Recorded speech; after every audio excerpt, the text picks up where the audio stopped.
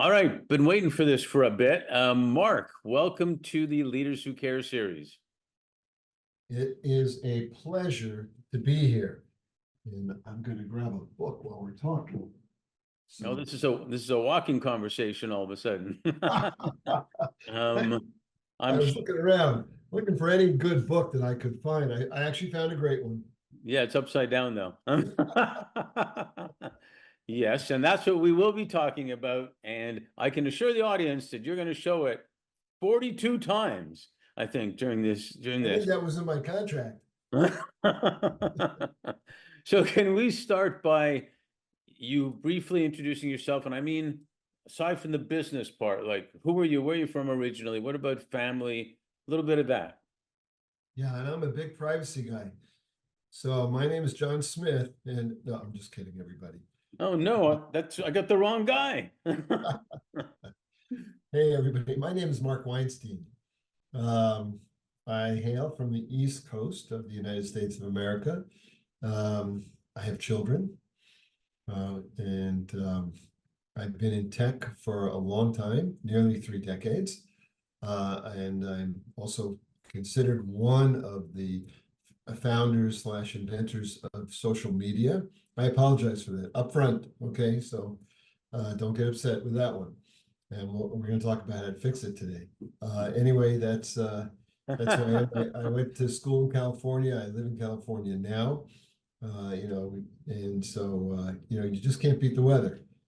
No, you can't. No, you can't. And I'm going to interrupt for a little bit there. Before we get into this, I want to ask you, 'cause talking about family and your kids, and we were talking about, at least I was stressed before, and I said, I got to hang on to my hair and not let things bother you. And you said you gave all your hair to your daughter, also, which I thought was cute. But when you were a kid and or a teenager, what were you like? Were you organizing other kids? Were you coaching? Did you have the lemonade stand going? Were you reading sports? What were you like? It's such an interesting question. I grew up in, relatively wealthy suburbia, but my dad didn't give me any money. So yeah, I was delivering newspapers, pumping gas, buying and selling cars. Um, I was the only kid in town who drove a car with a jacked up rear end, you know, um, back in the day. I played baseball, and yeah, I remember, I've written some books on leadership and greatness also. And I saw one of my friends several years ago, and I told him about, the executive coaching, the leadership training that I was doing with people. And he said, you were coaching me when we were in camp when we were 10 years old. So, Well, that's, it's kind of why I asked the question, because in my experiences with both business and sports, for men especially, I've noticed, and we can get into more later, but I've noticed that there could have been one moment, even just one moment, when the coach at 9 years old put him on the ice or on the field in a critical moment, and he didn't even have to score, but they remember that moment, and it becomes their foundation of their confidence that somebody believed in them back then. It's like inbred in them. So that's why I kind of asked the question. so interesting. I had a business math teacher who was our baseball coach. And, guys, we're going back a few decades before data was a critical part of sports team analysis. But he took me from batting seventh to batting leadoff and I was like the slowest runner on the team, but I had the best on base percentage. And I had no idea, but he was using data. And, one day he's like, Weinstein, you're batting leadoff from now on. It's like, okay, I had a good eye. I could walk, I could hit singles, I could get on base, and I could steal because I could see how the pitcher's motion was. And I could get a great jump, even though I truly was the slowest runner on the team. So that substantiates and supports what I just said about that. That obviously impacted you on both somebody that believed in you and how they determine that through data, and I'm sure understanding your character, understanding your passion, etc., all that type of stuff, I would think. Yeah, I tried to find that teacher several years ago. Unfortunately, he's already passed because I wanted to thank him. I never forgot it. Coach Yeah, Max. that's great. Teachers have to be incredible in the sense of hoping that what they did was important. And Mr. Holland's Opus is a good movie for that, actually, if you ever get a chance to watch it. Along the education part and still in that part of your life and your journey, you started studying philosophy, sociology at UC Santa Cruz, and then you got your MBA market management. What were you kind of envisioning for yourself back then? Can you remember that long ago?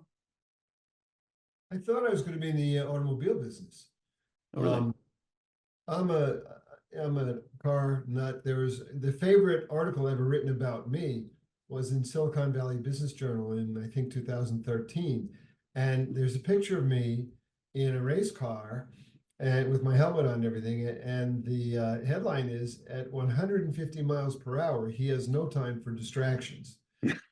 So so really, and I remember I had a letter that was never mailed to Jack Telnick, who was head of design at Ford at the time. And I was in LA and I just couldn't quite see myself moving to Michigan. But I had a letter about, asking Jack if I could work for him in Ford. And then look, when I graduated from grad school, computers were around, laptops were around, but social media wasn't around.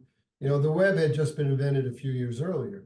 So you couldn't foretell or foresee that I was going to be going into social media, but I was an entrepreneur already. Yeah. So, It, that's really where, the birth of a lot of, business comes from. yeah, I hate to say it, but when I was coming out of high school, I think Texas Instrument calculator was the most advanced thing that's coming on. And it makes me sound Neanderthal or old here, but and it was $109, which was ridiculous, and it didn't even do that much. And we had we were still using those cards, those what are punch cards or whatnot, to hand into at our university to the big computer room so they could give us the data back and everything. That's how far back that goes. That is Neanderthal. I mean, we had the Well, computer thanks. science. So we had the laptop. We had and they were giving out laptops. When I was in grad school, Apple was. They wanted us to try and test them, of course, with the future business people. No, it's Um, brilliant. Brilliant way to get everybody hooked on it. We found that our firm, on the premise that leaders in their organizations will always do better when they're doing good. And I want to lead to something here. They also say the fourth industrial revolution is really about technology, AI, and whatnot. And they're saying the fifth is about humanity.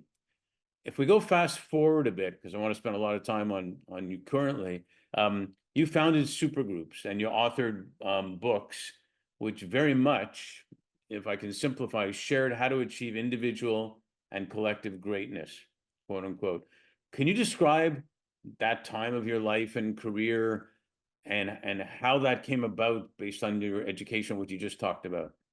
Sure, but let's give everybody the timeline. So the books were after, so in between my two internet companies, my social media companies. And to move forward, I want to give you a little vignette. Cool. Another professor who was absolutely instrumental in my life. So I want to come clean with our listeners and viewers. I got 1C, the lowest grade that you really could get in a top 10 or top 20 grad school. I got 1C. And so I want to come clean about this. And Mark, it's important for you to know this. I was in my business ethics class. So I just want to come clean on this because the professor every day, Professor Smith, if I recall, was an endowed professorship. Every day he taught us how to follow the law and to make sure that we were good businessmen, ethical business people, because men and women were in my class, following the law, following the letter of the law. And every day I argued with him. That's not enough. If you're polluting the river, but the law says you can pollute the river, does that mean it's okay? It's not okay. So anyway, he didn't like my attitude. So he gave me a C. So there's a table. You were right. Well, this is conscious capitalism. This is ethical business. This is what B Corps are about.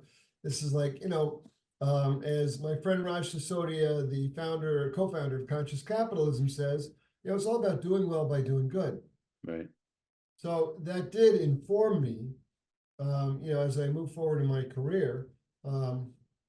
And I am one of the early founders of social media we call the community portals back in the late 90s.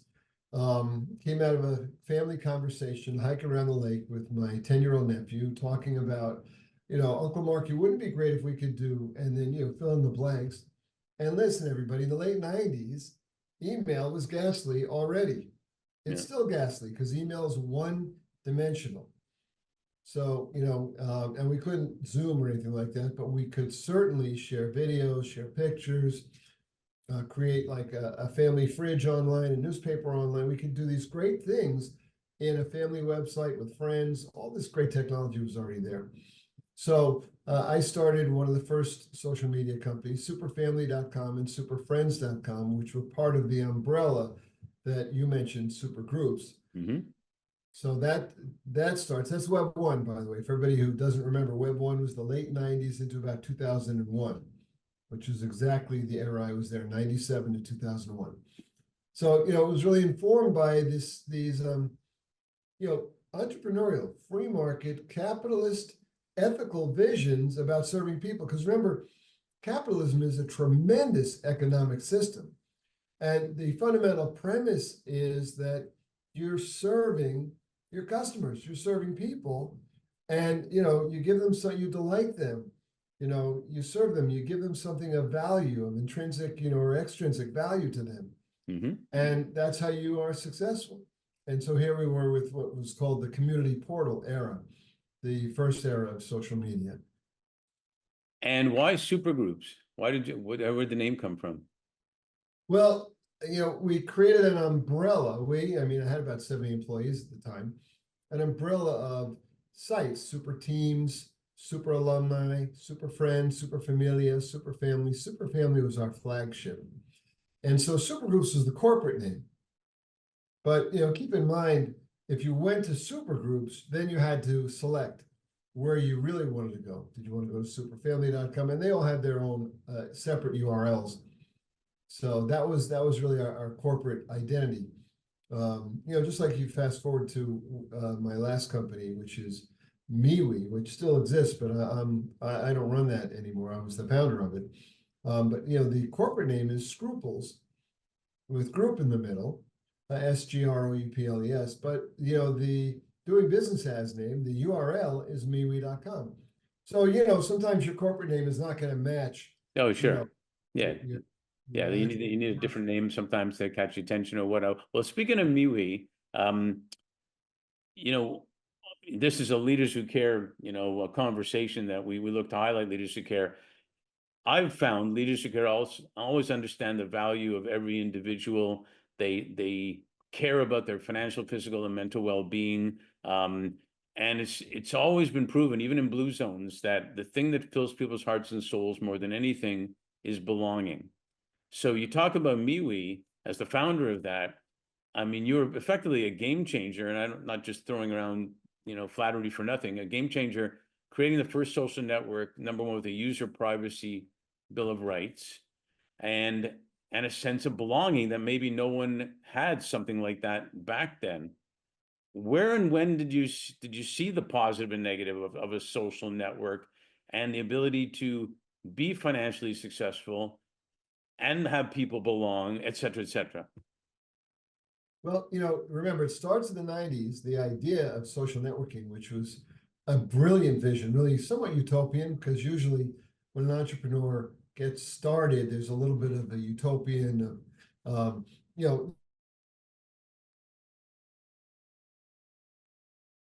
people. And of course, as an entrepreneur in a capitalist society, you're thinking, and I can, do well. People love it. People will support it. And with MeWe, you're fast forwarding into Web 2. In Web 2, an economic model had to be developed because in Web 1, which is that late 90s, 2001, the economic model is what we call the new economy, what investors call the new economy, which is, because it's a brand of everything is brand new. So nobody even understands how are we going to make money with these web companies. But so the key, the new economy was get members, get eyeballs, And then from that, you'll be able to see, how you're going to make money. And then that changed because in 2001, no one really had figured out how to monetize, and the investors were throwing money at companies to get members. And I was very good at that. We were PC Magazine Top 100 3 years in a row. But boom, all of a sudden investors panicked. And, now you need a real hard cash revenue. The new economy was thrown out, back to the old, which made sense. We all knew we had to get to monetization. And Web 2 was born, the phoenix that rose, or the devil that rose from the ashes, which is data. So Web 2 was based on getting your data and targeting and manipulating you. Your purchase decisions, your thoughts, your opinions, your emotions. The users now became the product, the customer for the web companies became the advertisers and marketers. So in light of that, as I watched Web 2 evolve, and then Mark Zuckerberg made a rather bold statement in 2010, he said, privacy is a social norm of the past. And you can Google this. It was at the Crunchy Awards. I think there's an article about what he said, saying that, Zuckerberg declares. I'm very focused on being factual. So, but I was watching. And listen, everybody, we all know this expression, jaw dropping. Your jaw dropped. My jaw dropped. It's the only time in my life I ever had the experience of, oh, that's not just an expression, it's a physical experience. My dad fought in World War II for our privacy, for our democracy. He didn't fight like all, our great heroes of the wars who go, in the military. He didn't fight so that we, our right to privacy would be thrown away by some capitalist who decided it was more important for his wallet that we don't have, that humanity lose their privacy. Right. So that's when I endeavored. Right there in that moment, I was like, oh my gosh, I got to fix this. I have to do something. And Mark, this was that era, in that moment in between Web 1 and Web 2, I wrote a book series on the habits of human beings called Habitually Great, endorsed by Dr. Stephen Covey, who wrote The 7 Habits of Highly Effective People.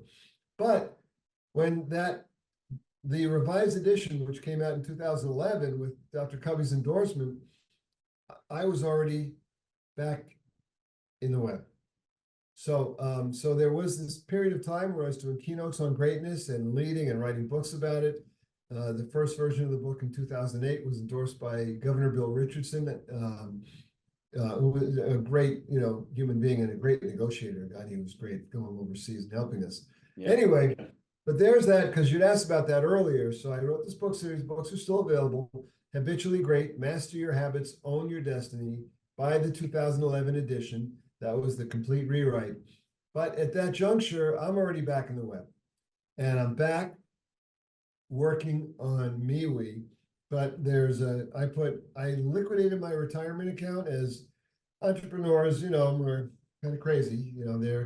They think they're going to get it all back. And I was like, okay, I don't need a retirement account. I've got to fund this. I moved to Silicon Valley.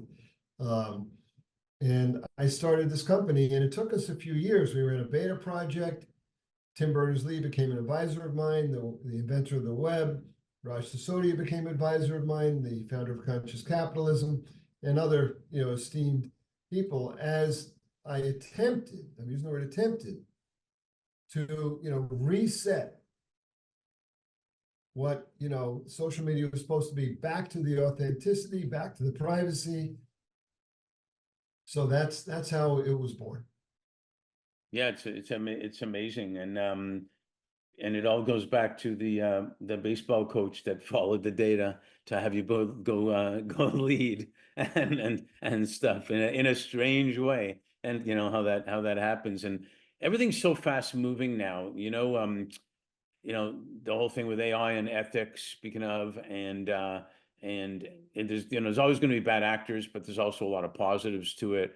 And this is where I want to share about your book, Restore Our Sanity Online. And you know, you mentioned some amazing people. Can you share some of the people that have prefaced, that have endorsed it, and um and how you call for bringing, I want to make sure I get this right. You get congratulated on how you call for bringing the humanity, the love, the compassion to social media. So explain that, and how do, not to be cute, leaders who care restore our sanity online? Well, there's a lot of questions in that question. Um, First of all, the book is endorsed by Sir Tim Berners-Lee, the true inventor of the web. There's one person, Tim, who invented the web back in '89. It's endorsed by Woz, co-founder of Apple. It's endorsed by Raj Sisodia, co-founder of Conscious Capitalism. It's endorsed by Kelly Slater, in case you happen to be a surfer or you follow him. He's a world champion surfer and friend. He loves this book. It's endorsed by Marshall Goldsmith, Right. because we have a business audience. Marshall is, as most of you will know, is one of the greatest coaches in the world and has written amazing books. What Got You Here Won't Get You There, other books like that. It's endorsed by Jack Canfield, for those of you, another like world's greatest success coach, who loves this book. And I've known Jack for a long time, and he's an extraordinary human being. I bet. So, but really the book is for all of us, because it's about, restoration. And in the book, I'm going to compare big agriculture, big energy, and big tech, because all three of these, huge monopolistic, market segments, industries, started with this vision of serving people, feeding the community, getting energy to, so you can have your icebox, things like that. And then, what happens is the early companies become well-funded and successful, and then they become huge, and then they lose their ethical perspective, and then they have shareholders, and then it's all about maximizing profits every step of the way. So, and then there are movements within that. We've seen this with, big ag, the organic farming movement, everything. Sure. That starts from the outside. It's never the monopoly that starts the movements to restore them, to get them back on the original track, to get it back. And now we're looking at that, with big tech also.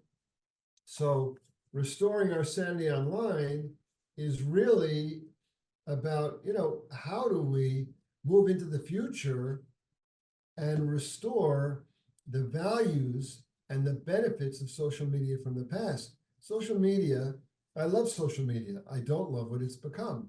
Mm-hmm. Social media is really about authentically connecting, about staying connected with your family and your friends and finding like-minded interests and new ideas. It's not about us becoming data to manipulate and target. It's not about us, getting boosted content into our news feeds that we didn't ask for. It's not about us having an algorithm decide what we want to see versus us deciding what we want to see. It's really about us authentically communicating with no boosted content, nobody manipulating our thoughts, purchases, or any of that. It's about us deciding who we're connected to and how.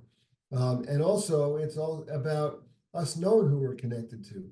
So in the future, restoration networking, what I call Web 4, because Web 3 doesn't work, not for personal social media. It's just not able to be functional. And people also don't want to monetize their relationships the way Web 3 envisions, that the crypto model of everybody having a wallet and doing moderation, all those things themselves. So, it's a big question, but let me pause here. I saw a little story on TV a little bit ago where they had 6 young girls, and they took from grade 7 or something. They took their phones away for a week, and they were really disappointed on that. I mean, that's all they do. And then a little bit fast forward, after a week, they asked them how do they feel, and all of them, bar none, said they slept better, they were outside more, they talked to their parents more. They can't believe that after every dinner they'd go upstairs before and just scroll because it seemed really boring now. and all that, all about well-being, mental and physical well-being. And so when you would talk about how to restore, how to restore our sanity online, and now schools are starting to more so watch it. I would think it's a combination of, there's a lot of positives, like you said, it's a social media combination of, like our parents used to say, everything in moderation, if you will, and how do you use it? So is there an answer to restoring our sanity? I hope so. The answer is right here, and it's actually it's not that complicated. I'm getting a blur from my screen, but it's not that complicated, Mark. First of all, for kids, and I have a booking a chapter in here called "Saving Our Kids from the Abyss," and as you know, I publish frequently about saving our kids in Newsweek, Yeah, the LA Times, on Fox, all over the place in the Hill. We've got to save our kids. This social media the way it is today, where they're getting targeted and manipulated, and they get these body image issues, and then they get right, their brains are constantly being invaded. They can't make sense out of it, and their critical thinking skills aren't strong enough. right. And to no fault of their own. It's a disaster, and most of you on the call who are watching this will, you know this, whether your kids are 25 or 13, across the spectrum. So there are benefits for sure, the connectedness, the staying connected, the love, the compassion that can be provided, but not in this milieu. So we've got to do a few things. First of all, we're going to have to get user ID verification, and we're going to have to make a strict rule that kids under 13 are not allowed on social media. And then from 13, and the government's already looking at these regulations because we need some legislative help, and fortunately, we're starting to get it.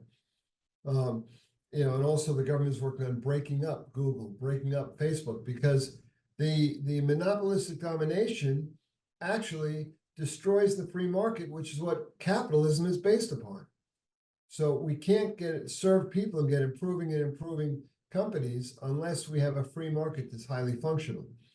So yes, so we're going to get user ID verification, so we know that a kid is 13, and we know when a kid is on social media and they're 13, they're talking to another 13 or 14 year old. They're not talking to some 50-year-old creep pretending to be a 13-year-old. And this is going to work. There are models for it, and it won't be about data collecting. It's actually going to be about privacy. So here's what's going to happen. Mm-hmm. We're going to give up anonymity, and we're going to restore privacy. Now, if that sounds a little confusing, don't be confused. The privacy comes by new regulations and new protections around our data. Because right now, every company in the world, the data ecosystem has reams of information about each one of us. And it's already out there. The government already knows who we are, so we should give that up. They already know who we are. Social security numbers, credit card companies, everything about us is already known. Where our kids go to school, all that stuff is already in the system. But what we can stop is this egregious collection of data about everything we're talking about, where we are, who we're talking to, what restaurants we go to, what products we like or don't like, what emotions we're having. The system, the AI of these algorithms that collect data, can now anticipate our thoughts before we think them. That's scary, because the purpose of that is so that they can now put products and content in front of us that it is anticipating we're going to have an immediate desire to consume or purchase. So Yeah, the fix is there's a lot more to it. Mm-hmm. B Corps users become, after all, we create the revenue for the web company. So when we move to a B Corp or conscious capitalist model, then the users are profit sharers. There's a lot of great things we can do. Data portability, this is critical. Mm-hmm. So that we'll control our data. Tim Berners-Lee has invented a great structure called pods. Instead of our data being up in a centralized repository, we will control our data in decentralized pods, and we will be able to move our data up to a Facebook or off of Facebook and over to another site. There'll be standards for this. This is coming. The government's going to help. It's called data portability or data interoperability. That will help the free market massively. Yeah, it's brilliant to put it in maybe real layman terms. This is my phone. This is my pen. My data is mine too, right? Yes. Right, and it's not anybody else's. And if you decide to share it, then there'll be a revenue exchange. This is where it's going. And remember, everybody, here's the thing. You know, it took the printing press a few hundred years to sort out the garbage that was coming out of it and manipulating people's thoughts and decisions and you know, interfering with, you know, the early interference with democracy, et cetera. Technology is moving super fast. Yeah. So we're only, you know, we're only like 30 years into it. We're only about, you know, 25, 26 years into social media. But because of the pace that tech moves today, you know, we can get to the fix now. You know, this is going to look completely different 10 years from now. That's exciting to hear, actually, because I think that will, it's so addictive. And as you talked about, the girls, young girls' suicides have gone up like crazy, and you get these young girls that at the end of the week they say, "Man, we feel better. We didn't know we could feel better." And so our physical, our mental, and probably even our financial well-being could be better, and people could feel like they belong healthy in a community for back to basics. Yeah, show the book one more time, and then I have one last question here. Yeah, and we want to add that, you know, remember the screen. I'm trying to get it. There we go. Bring it to your left more. There you go. Yeah, the screen is addictive for all of us. Sure. Television was addictive for you when you were a kid, as was the phone hanging on the wall. So parents had to regulate. Now it's the same thing today with the phone, right? The phone, you know, and the screen are addictive. So don't let your babies, don't give them the phone. Don't take the easy way out. That's actually the hard way out because you're going to create an addiction. Yeah. More addictive than caffeine or heroin, the screen. Don't do that. And schools are making great decisions right now to ban phone usage. You know, and some school systems are doing it all the way through high school. Your phone, if you bring it, it's not in the classroom. It's never there. These are, you know, a lot of great things are happening, but please go ahead. People argued about forcing us to wear seatbelts. If it's for the good of, what do they say, for the common good, basically, then it's worth it. And with respect to the schools, they're telling parents, if parents all come together and then all the kids don't have their phones, then it's easier than one or two parents have to tell their kids, no, you can't have the phone. But mom, all the other kids have a phone, type of thing, right? That's what happens. So it does take a community, or it does take a village, if you will. And in that case, that's where the schools have to step in. Right. Because of that peer pressure, parents are, you know, reticent to make rules. Also, the issue now, listen, if you're a parent, remember, what do kids do? They do what you do. They don't do what you say. They do what you do. 100%. If there's no phones in the bedroom at night, then there's no phones in your bedroom. You know, if there's no phones at the dinner table or breakfast table, then your phone's not there. What a novel concept, role modeling.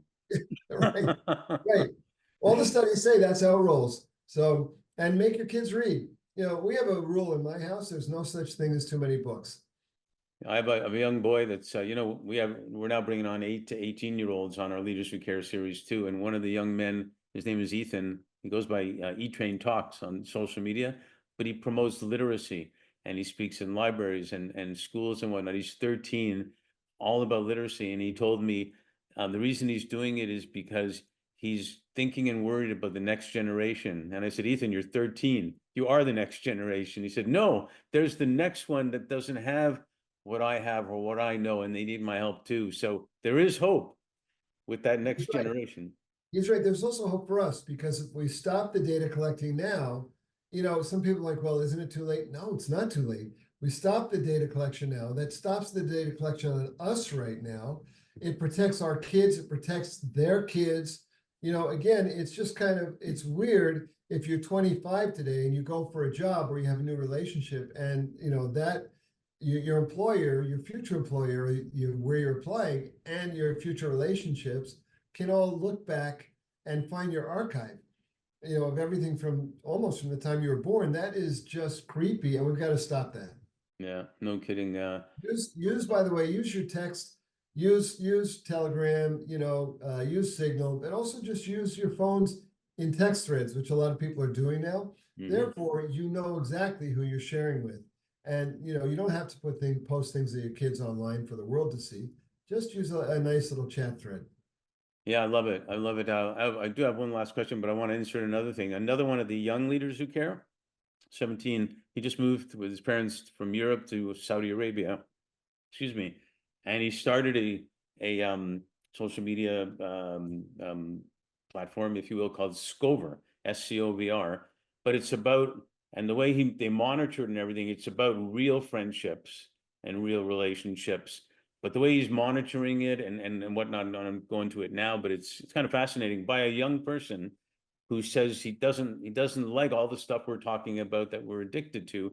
He just wants people to have good friendships on it. So we'll see how that plays out. But it's good to see that they're thinking in this way to make it better. But anyways, you know what they say in LA, you always got to leave them wanting more so you can do a sequel. So we'll have to do a sequel. But I have this last question for you in this part. A client told me in 2021, after the pandemic year, if you will, 2020, he said, that was the year that flew by slowly. And it's kind of true, because sometimes it feels it was like it was yesterday, sometimes it's like years ago, all at the same time. With all that's happened, and now we're already towards the end of 2024, what are you most grateful for? And also, what are you most hopeful for? Wow. Listen, that's so interesting. What am I grateful for? Being alive, my children, um, that we have what sometimes we refer to as first world problems, you Mm-hmm. know, so, I'm hopeful that we get it right around the environmental crisis that we're facing, around the technology crisis that we're facing, because there are actually really great solutions for all of it.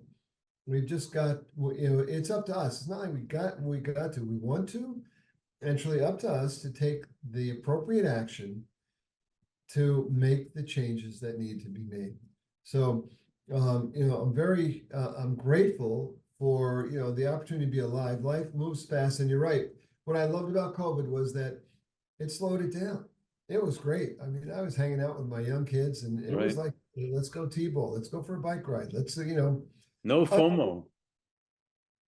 yeah, just amazing. And for the future, you know, humans, we are, it's a conundrum, right? The fact that we even fight with each other is absurd. I always think if an alien came from another planet and looked at what we do on Earth, I'm presuming they might be a little bit more intelligent than us and look at us like, that's crazy. Why you're polluting your home? You're making your home dirty and unlivable, and you're killing each other. That there's no logic there. Well, actually, the aliens already think that the dogs are in charge, because the dogs poop and we pick it up. So they already think the dogs are in charge. But listen, now it's our job here, right? It's our job right here. So where can they get the book? This book is available anywhere books are sold. If you go to a bookstore and you can't find it, order it, or just go to Amazon or go to Barnes and Noble, online, and order the book. It's for sale now. It just came out. It's published by Wiley, and listen. I wrote it to be a great read. It is so entertaining. There are stories, and each chapter is punchy, and it's only 200 pages, including the appendices. So it's just an easy read. You thumb through, you go, oh, I would read about that one. There's the stories, you're just not going to believe the stories you're going to read, and there's a footnote for every one of these great stories in there, so you can find the source. It's how we do it, and the formula is completely there, including how we get rid of bots and trolls, how we save our kids from the abyss, from the insanity, how we get it right. It's all there. It's all doable. And, I am probably the person to write the book because I've always, kept my ethics around social media. Well, I'm sure glad that the coach put you in the lead off, because you're obviously still leading off in what you do and everything, and and it's important stuff that you're putting in a way that people can understand it too. So thanks for being a leader who cares, and we appreciate you being on the series. Thank you, Mark. Thank you, everybody. We've got this, right? It's time for an epic and uplifting reboot. And we're all on social media. The book is for all of us. Thank you for listening to the Brand Called You videocast and podcast, a platform that brings you knowledge, experience, and wisdom of hundreds of successful individuals from around the world. Do visit our website www.tbcy.in to watch and listen to the stories of many more individuals. You can also follow us on YouTube, Facebook, Instagram, and Twitter. Just search for the Brand Called You.